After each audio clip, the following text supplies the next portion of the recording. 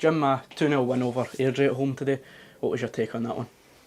I think the result, probably for people who weren't at the game or never watched the game, I think will maybe assume that it was quite a comfortable afternoon for us. But I think anybody who's here, will know the full picture. We weren't at our best today. We didn't play well. I thought we started the game really well, the first 4 or 5 minutes, and obviously got ourselves in front.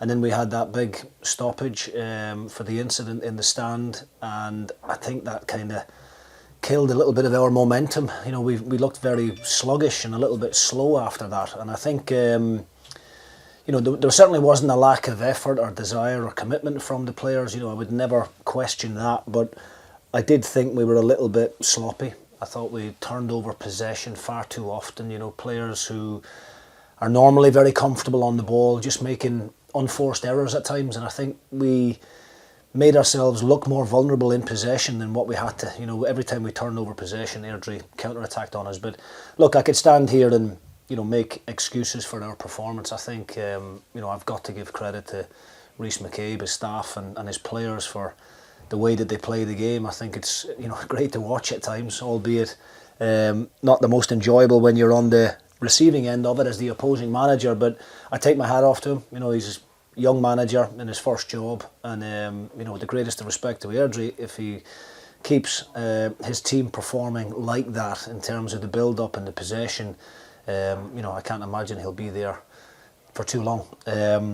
In saying that, for all of the possession that Airdrie did have, they never really caused us a great deal of problems at the back. I'm not aware of the stats at the moment in terms of attempts on goal, but I can't remember Jack Walton really having too much to do. I think he tipped one over the bar in the second half. I thought Holt and Gallagher again were excellent together.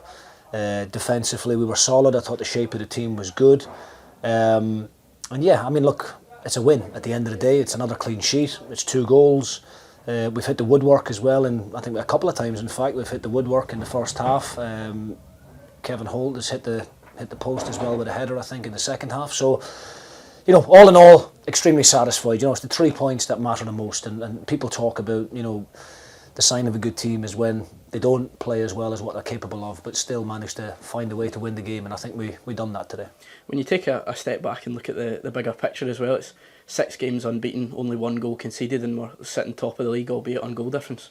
Yeah, that was the message to the players before kick-off was, come 5 o'clock, let's make sure we're top of the table. I did believe that there was going to be 1 or 2 results going in our favour today, and that proved to be the case, and we were able to obviously leapfrog Queen's Park up into that top position, albeit joint on points with Wraith Rovers. But yeah, look, they're the things that we're very proud of at the moment, is that unbeaten run, is the fact that we're very hard to beat. The clean sheets are going to be really, really important for us, because I think we have got real quality at the top end of the pitch. So look, today plenty for us to learn on, and we need to adapt better to teams that are going to play that way in terms of our system and in terms of our shape out of possession. So plenty for me to look at as well. It's not just about the players. Me as manager, I've got to analyse that appropriately and make sure that when we play against a team that plays that way again, that we're our setup is a little bit better. But thankfully the supporters were excellent. I think in the middle of the second half I could sense their frustration, and we were quite content to keep our shape behind the ball, because as I said, Airdrie weren't really hurting us in that situation. On the couple of occasions they did hurt us was when we tried to jump and tried to press, and they played through it quite comfortably. So they stuck with us, which was great. The atmosphere was good. The noise from the stand with the drums banging and all that was really, really a big help in the end to just spur the players on. And the second goal, I think it's a bit of luck on our part. I think the young goalkeeper in goal for Airdrie, I thought he was one of the best players on the pitch today. His distribution was incredible, and he can feel a little bit hard done to with that poor touch on the halfway line. But full credit to Kai Fothering for having the awareness of where the goalkeeper was at that stage, and to roll it into the empty net from 50 yards took the pressure right off us. It's another week where the young players have made a bit of an impact. Obviously Kai got his second goal for the first team, but we had Scott Constable coming off the bench, and in stoppage time he's now our second youngest ever player.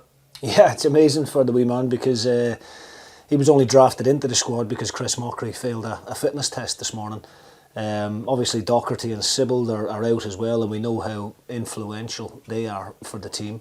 But Decky Glass just was cramping up in the last 5 minutes of the game. There was nobody else really as a midfielder on the bench, and in fairness to Scott, he's trained with us on a couple of occasions in the last week or so and done very, very well. You know, he certainly hasn't looked out of depth, so delighted to reward him for his performances with the under-18s team, but also for his performances in training with the senior team.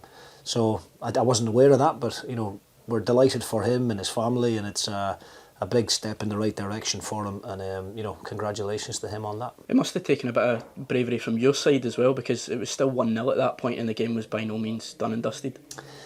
No, it's the way I want to be as a manager. You know, I've given loads of debuts to kids at St Mirren. I've tried to do the same up at Aberdeen during my time, and I'll continue to do the same here at Dundee United. You know, we make a huge investment in the academy.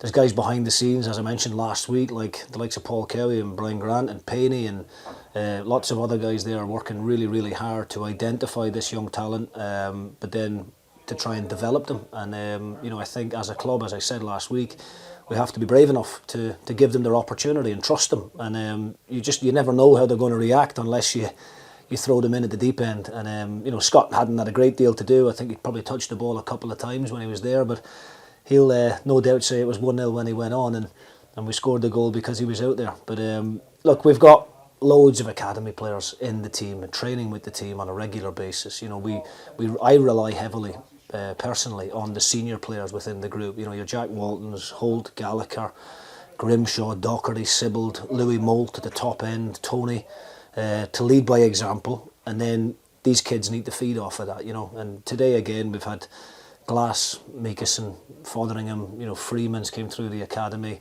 Cujo, you know, spent a couple of years in the academy, and obviously young Scott getting his debut. So that's what we want to be as a club. You know, that's what this club has been recognised for over the years and renowned for, you know, developing their own. And glad we could do it again today. Given the fact we've got the SPFL Trust Trophy next weekend, is it likely that we'll see these guys take a prominent role next week as well, or is it going to be a mixture of senior players and fringe players? Well, it's not a trophy that we're going to dismiss, you know, but I do think there's a number of players there who have been training really, really well and been very patient and, you know, desperate for an opportunity in the team. So I do intend on making a few changes, but I don't think the changes that we make will weaken the team. You know, I trust the whole group. You know, Ross Graham is a player there at the moment who has been training unbelievably. He's just been very, very unlucky that Kevin Holt and Gallagher have struck up such a decent relationship. But you know, Ross is a player that I really, really like, and you know, he might get an opportunity at the weekend. Rory McLeod as well is, you know, chomping at the bit as well to try and get some game time. So we'll see what next week looks like. We'll have to see how the boys are on Monday after the game. We've got a few aches and pains and bumps and bruises in there in the dressing room, and we certainly can't afford any more injuries. So you know, the league is our main objective, but you know, we want to try and do well in every competition we're involved in, and the SPFL Trust is no different.